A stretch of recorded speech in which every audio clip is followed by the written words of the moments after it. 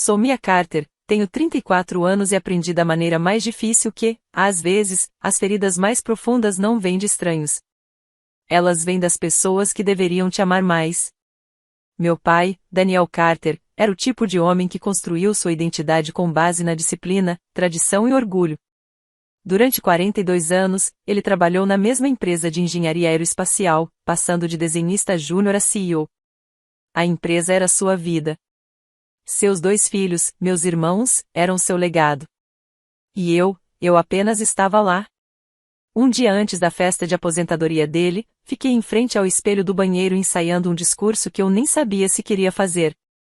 Algumas palavras educadas, um brinde, talvez algo neutro, seguro, esperado porque foi assim que vivi a maior parte da minha vida, tentando não dar a ele mais motivos para se decepcionar comigo. Atrás de mim, refletida no espelho, a caixa de presente estava sobre a comoda, embrulhada em papel azul marinho com uma fita prateada, discreta e elegante. Dentro havia algo pequeno, mas significativo. Pelo menos para mim. Enquanto repetia minhas falas, não conseguia me livrar da sensação de que algo estava errado. Que, não importava o que eu dissesse, não faria diferença. Porque, não importava o que eu fizesse, nunca fazia. Antes de continuar, me diga nos comentários, você já foi ignorado por alguém que deveria reconhecer seu valor? Se sim, curta e se inscreva. Essa história pode parecer familiar.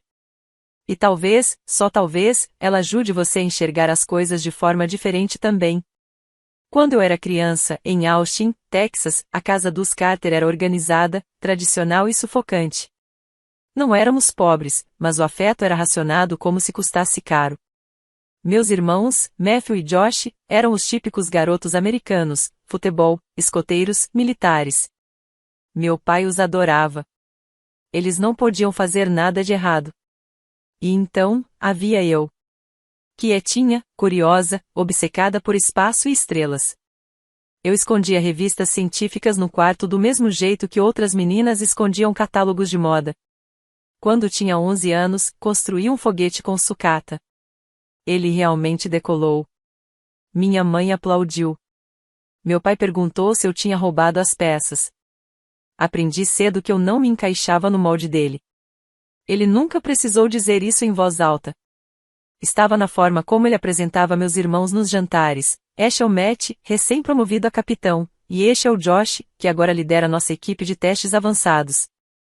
Então ele me olhava com um sorriso educado e dizia, e essa é a Mia. Ela é criativa. Criativa como se fosse um defeito.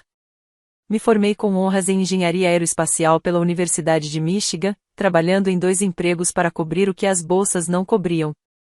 Nenhum membro da minha família foi à cerimônia. Meu pai mandou uma mensagem curta. Parabéns. Não sabia que era hoje. Mesmo assim, eu tentei. Aceitei um emprego que ninguém esperava que eu conseguisse, analista de sistemas no laboratório de propulsão a jato do Caltech.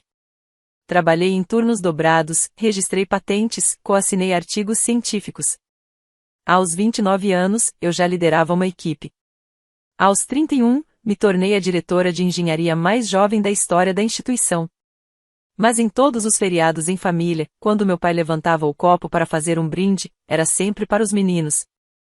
Então, quando recebi o convite para a festa de aposentadoria dele, um evento de gala no Hilton, com discursos, homenagens e uma apresentação de slides sobre sua carreira, eu quase não fui. Quase. Mas havia algo em mim que precisava estar lá. Não por ele. Por mim. Naquela semana, voei de volta para Austin, me hospedei num hotel no centro e tentei ensaiar algo neutro, algo que não causasse atrito, algo que não doesse. Porque o que eu não contei a ninguém, nem mesmo ao meu terapeuta, foi que eu ainda carregava aquela esperança tola dentro de mim. Que talvez, só talvez, aquela fosse a noite em que ele finalmente dissesse algo diferente. Algo verdadeiro. Em vez disso, a noite acabaria comigo entregando a caixa embrulhada e indo embora para sempre. Mas ainda não. Ainda era só um ensaio. E eu ainda acreditava, de um jeito quase ingênuo, que talvez, se eu dissesse as palavras certas, usasse o vestido certo, sorrisse do jeito certo, eu pudesse reescrever a história. Consertar o que estava quebrado. Mas eu ainda não sabia o que ele diria no discurso. E eu não fazia ideia do quanto aquilo poderia doer ou do quão libertador seria finalmente sangrar e sair de pé. Cheguei ao Hilton 20 minutos mais cedo. Não porque queria, mas porque a ansiedade tem esse efeito em mim. Eu sempre compenso demais. O manobrista estendeu a mão para pegar as chaves e eu hesitei. O Tesla preto não era chamativo pelos padrões de Los Angeles, mas, na minha família, gritava a menina da tecnologia se esforçando demais. Mesmo assim, entreguei as chaves e entrei. O salão de festas já estava meio cheio. Mesas redondas cobertas com toalhas de linho branco, arranjos florais altos o bastante para atrapalhar conversas, garçons deslizando como sombras. Uma apresentação de slides da carreira do meu pai passava em looping atrás do púlpito. O rosto jovem dele preenchia a tela gigante, em pé ao lado de protótipos de foguetes, apertando a mão de generais, entregando prêmios a outros engravatados como ele. Não havia fotos de família na montagem. Nenhum aniversário de infância, nenhum Natal, só ele, sempre ele, em poses poderosas em tons de cinza como se qualquer traço de emoção fosse uma ameaça ao seu legado. Fiquei perto da entrada, procurando rostos familiares. Minha mãe me viu do outro lado do salão e acenou. Um gesto rápido, discreto, como quem não quer chamar atenção. Ela sempre teve esse jeito de me apoiar silenciosamente, dos cantos. Olha só quem apareceu, ouvi uma voz atrás de mim. Matthew. Parecia um político em campanha. Terno sob medida, dentes perfeitamente alinhados, bronzeado artificial.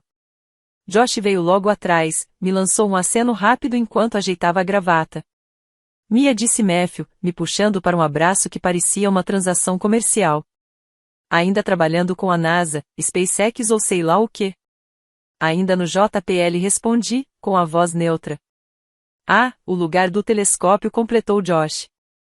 Papai sempre diz que aquilo é mais um clube de ciências do que engenharia de verdade.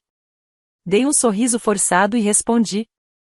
Bem, nós ajudamos a pousar um rover em Marte, então acho que estamos fazendo algo certo.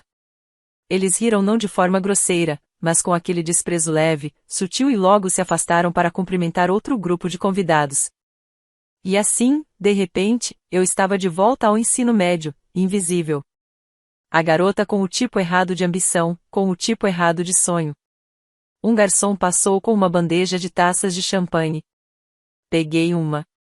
Do outro lado do salão, avistei meu pai imponente, sereno, usando um terno azul marinho escuro. Estava cercado de executivos e antigos colegas, sua risada alta preenchendo o espaço, os gestos expansivos.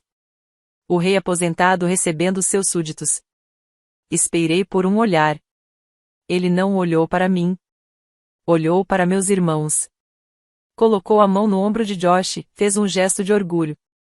Depois, olhou para minha mãe e até lhe deu um beijo raro na bochecha.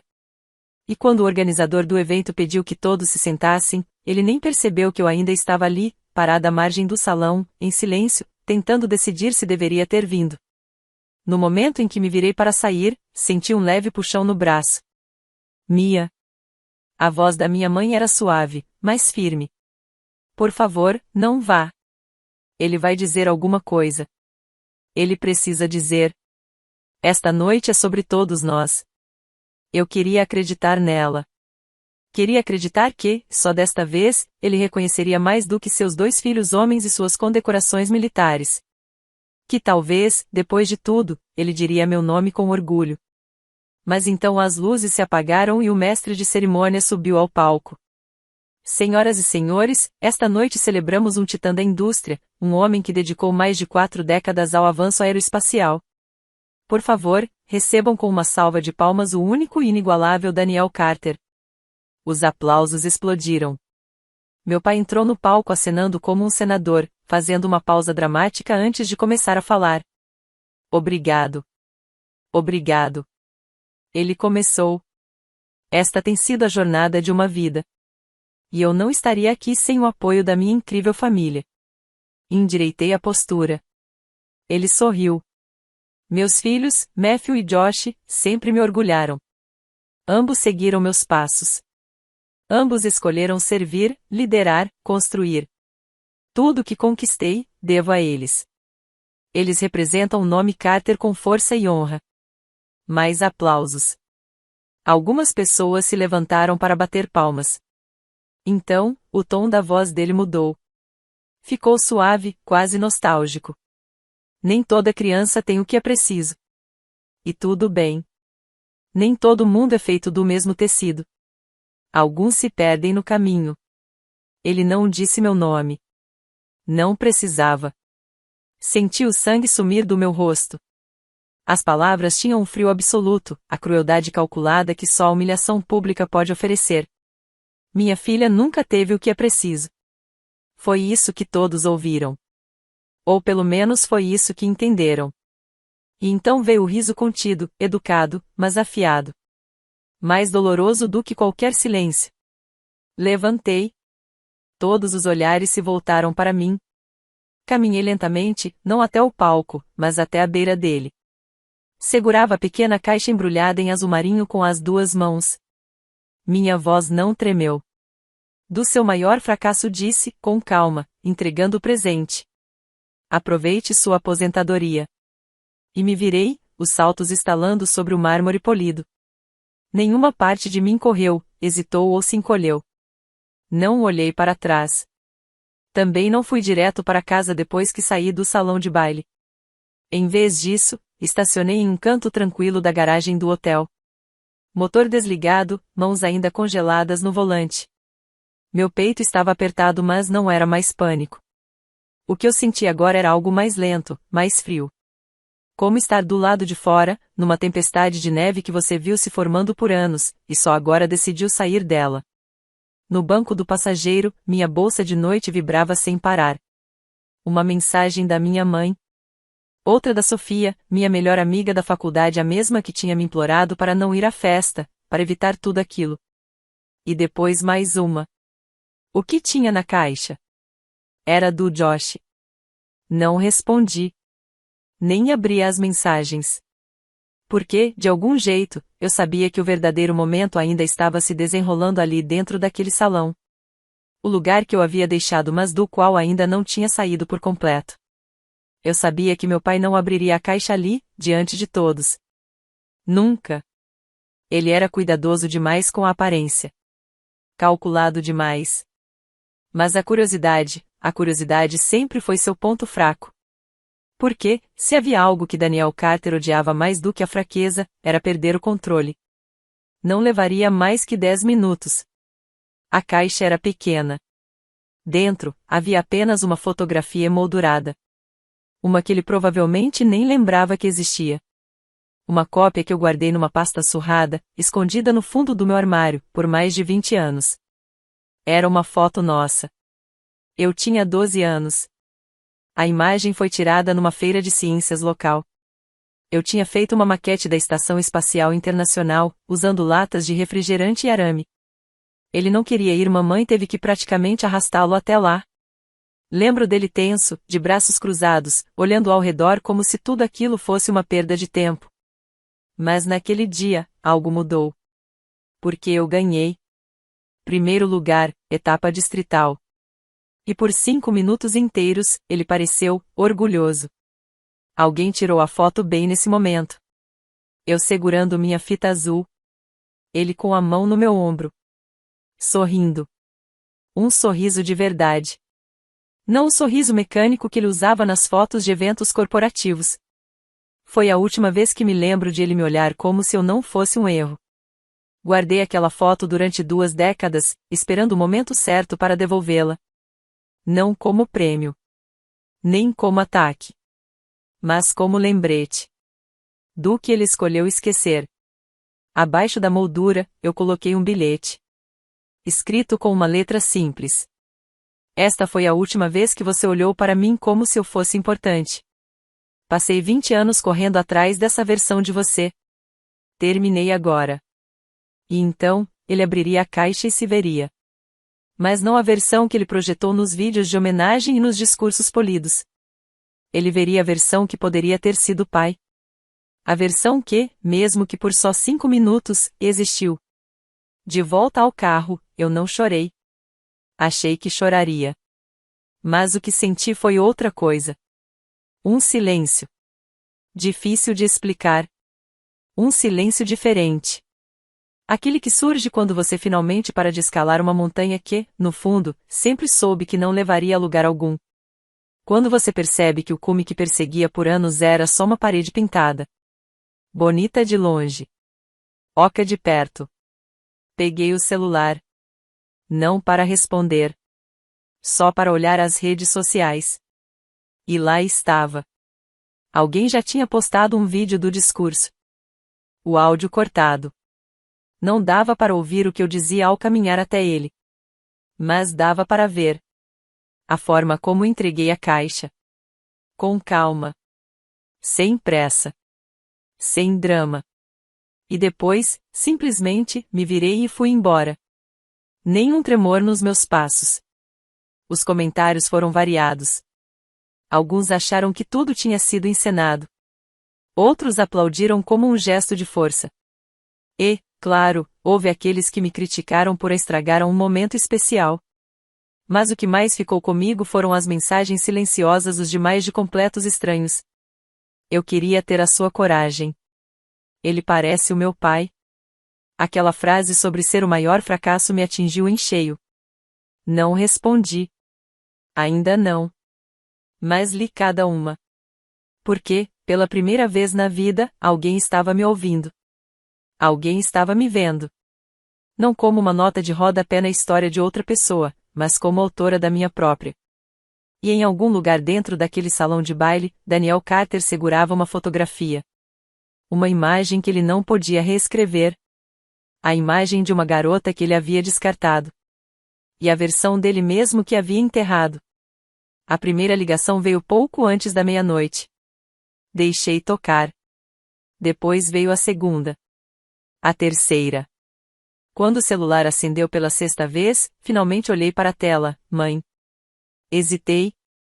Meu dedo pairou sobre o ícone verde. Atendi. Mia, disse ela, com a voz rouca, urgente. O que havia naquela caixa? Demorei a responder. Ao fundo, eu podia ouvir vozes abafadas. Nervosas. A dele fria, cortante, como uma lâmina atravessando o ar. Você já sabe, murmurei. Era a única lembrança que eu tinha dele se orgulhando de mim. Ela ficou em silêncio por alguns segundos. Depois. Você o pegou de surpresa. Quase ri. Não, mãe. Ele tem me pegado de surpresa há 30 anos. Outro longo silêncio. Até que ela sussurrou.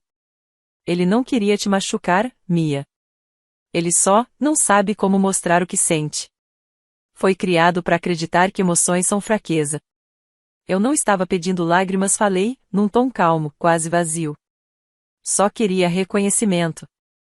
E antes que ela pudesse dizer mais alguma coisa, se fosse um pedido de desculpas, ou mais uma desculpa, desliguei.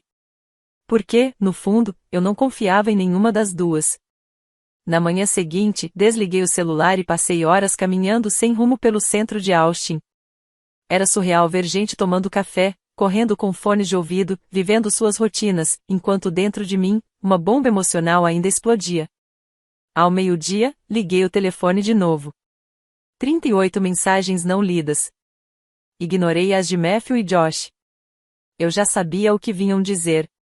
Defender o papai. Me acusar de ter arruinado tudo. Me chamar de dramática, egoísta, fria. Mas uma mensagem dele se destacou. 2 palavras. Precisamos conversar. Fiquei olhando para aquela mensagem por um bom tempo. Não havia raiva nas palavras. Nenhum pedido de desculpas. Só 5 sílabas que soavam como um chamado. Mais tarde naquela noite, me vi dirigindo em direção à casa da minha infância. Não por obrigação. Mas por algo mais difícil de nomear. Encerramento, talvez. Ou curiosidade. A casa estava igual.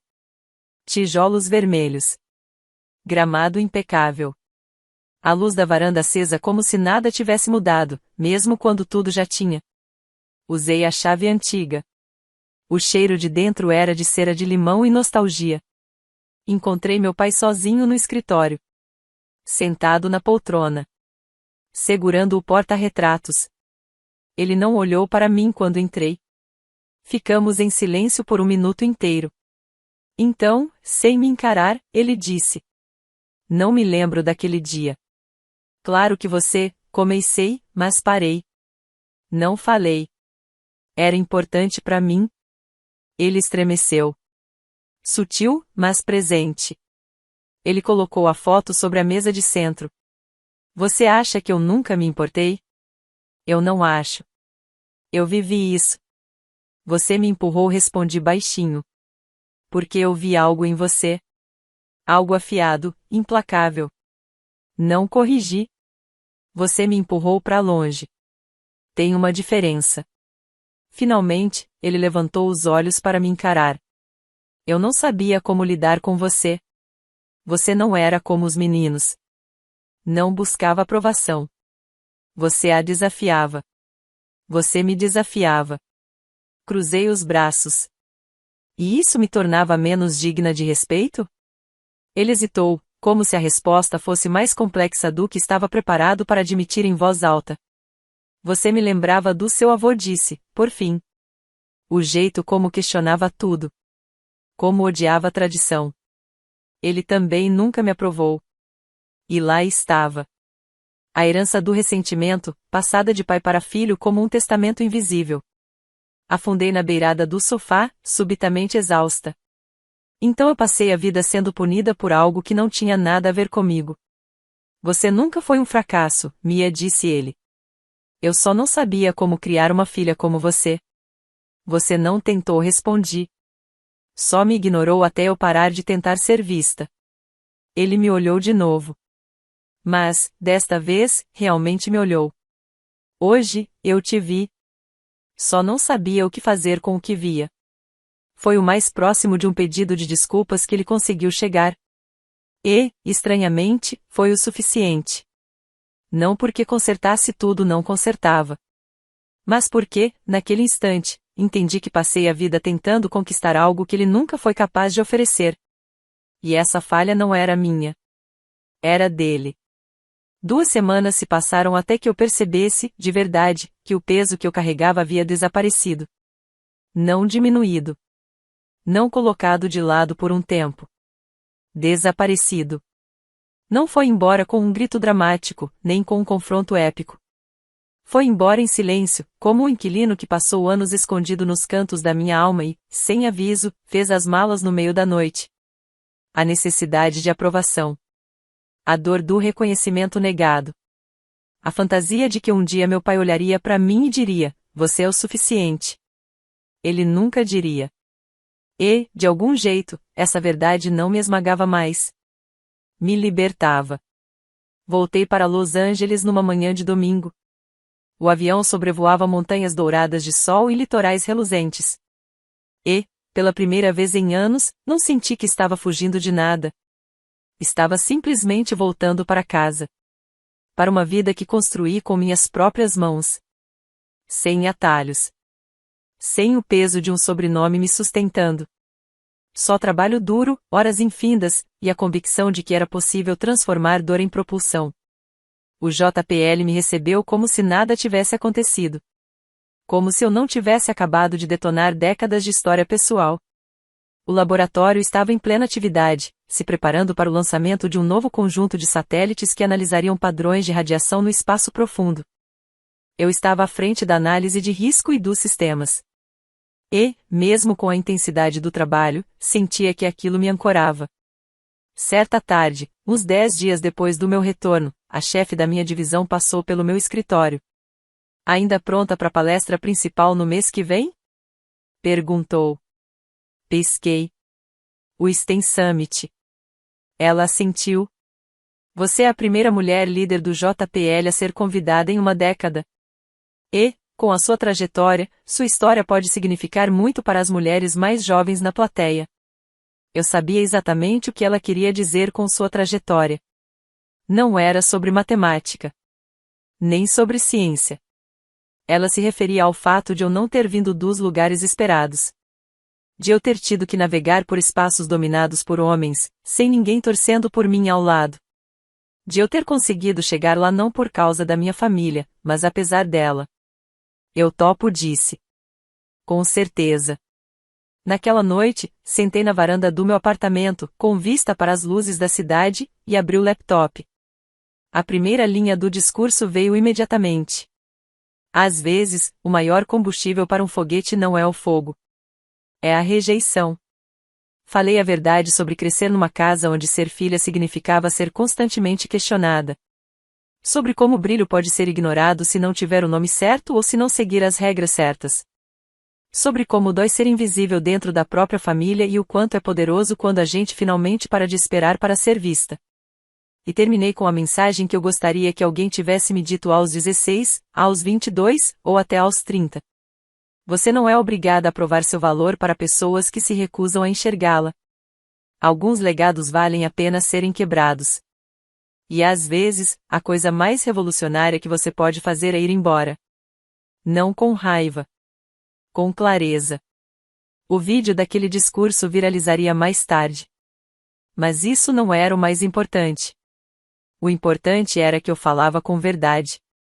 Meus irmãos não me procuraram. Nem depois da festa, nem depois da repercussão. E tudo bem.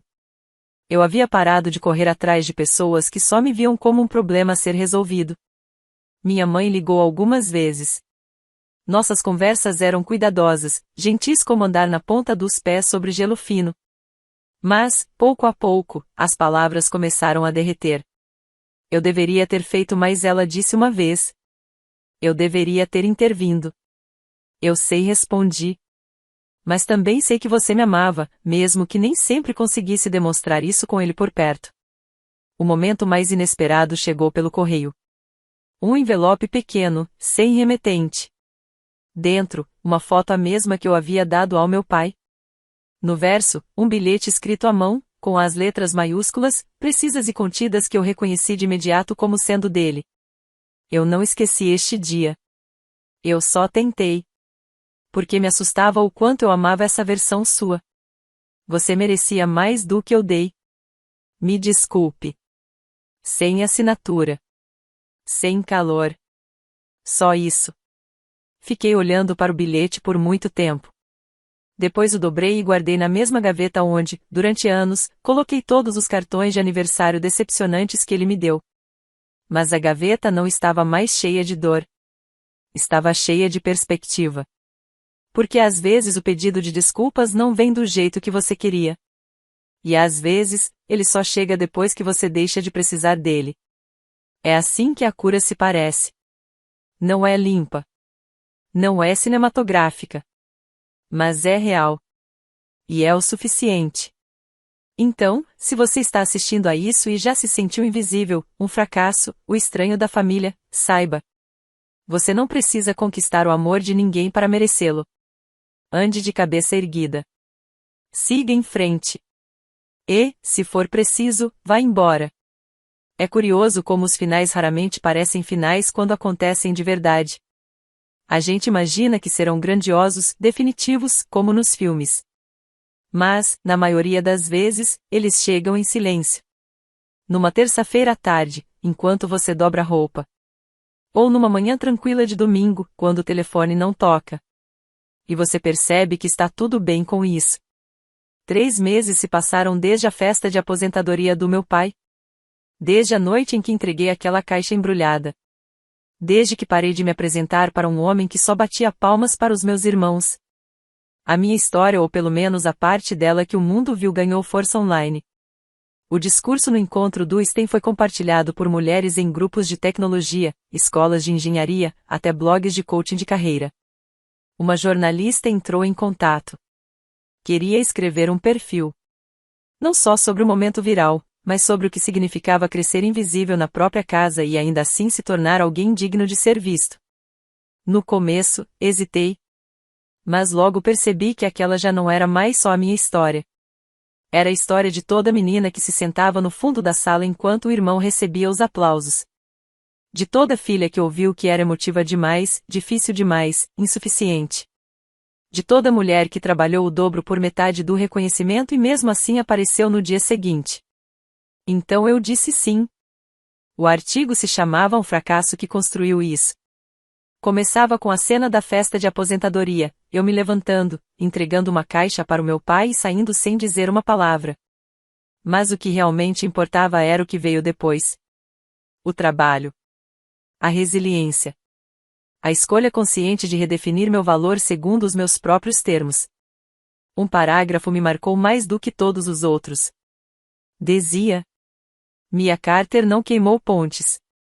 Ela simplesmente parou de construí-las onde elas nunca deveriam ter levado. Essa frase ficou comigo. Por anos, achei que estabelecer limites era egoísmo. Achei que me afastar das expectativas da família me tornava fria, ingrata. Mas agora eu entendo, limites não são muros. São portas. E portas servem para mostrar o que você permite entrar e o que precisa deixar do lado de fora. Pouco depois da publicação, recebi uma mensagem de um nome que, a princípio, não reconheci, Helena Carter, minha prima, filha da irmã do meu pai. Não nos falávamos há anos. Mal nos conhecíamos. A mensagem dela dizia: Li sua história. Chorei. Você provavelmente não sabe, mas meu pai me tratou do mesmo jeito. Sempre dizia que os meninos eram o futuro, as meninas, decoração. Queria ter tido coragem de fazer o que você fez. Obrigada por me mostrar que não é tarde para reescrever a história. Respondi com uma única frase. Nunca é tarde para parar de se encolher. Essa é a parte que ninguém te conta, a cura não acontece de uma vez. Não é um interruptor. É um dimmer. Alguns dias são claros. Outros, sombreados. Mas a luz vai aumentando, aos poucos. Eu ainda não tinha falado com meu pai desde o bilhete. Aquele que lhe enviou anonimamente, junto com a foto que eu tinha dado. Ele não escreveu em Eu te amo. Não pediu para me ver. Mas, do jeito fragmentado dele, ele disse: Agora eu vejo. E, honestamente, isso foi o suficiente. Porque eu não precisava mais que ele dissesse as palavras certas. Eu tinha parado de esperar a permissão dele para me sentir digna. Aprendi a dizer essas palavras para mim mesma. Eu amo quem me tornei. Amo a garota que continuou aparecendo mesmo quando ninguém aplaudia. A mulher que parou de pedir para ser escolhida e começou a se escolher. Na próxima vez que fui a Austin, não era para visitar meus pais. Era para participar de um painel na universidade local. Estudantes de engenharia. Primeiras da família a entrar na faculdade. Sonhadoras de joelhos ralados e mentes brilhantes. Falei a verdade para elas. Disse que, às vezes, seu maior obstáculo é o seu próprio sobrenome. Que provar que os outros estão errados não é tão poderoso quanto provar que você está certa. E que não importa onde você começa ou quem te ignora, você nunca será um fracasso por ser diferente. Você só fracassa se parar de se destacar. Depois, uma garota de no máximo 19 anos veio até mim e perguntou: Como você soube que era hora de parar de tentar conquistar a aprovação dele? Eu sorri. Eu não soube, respondi. Eu só acordei um dia e percebi que ela já era minha.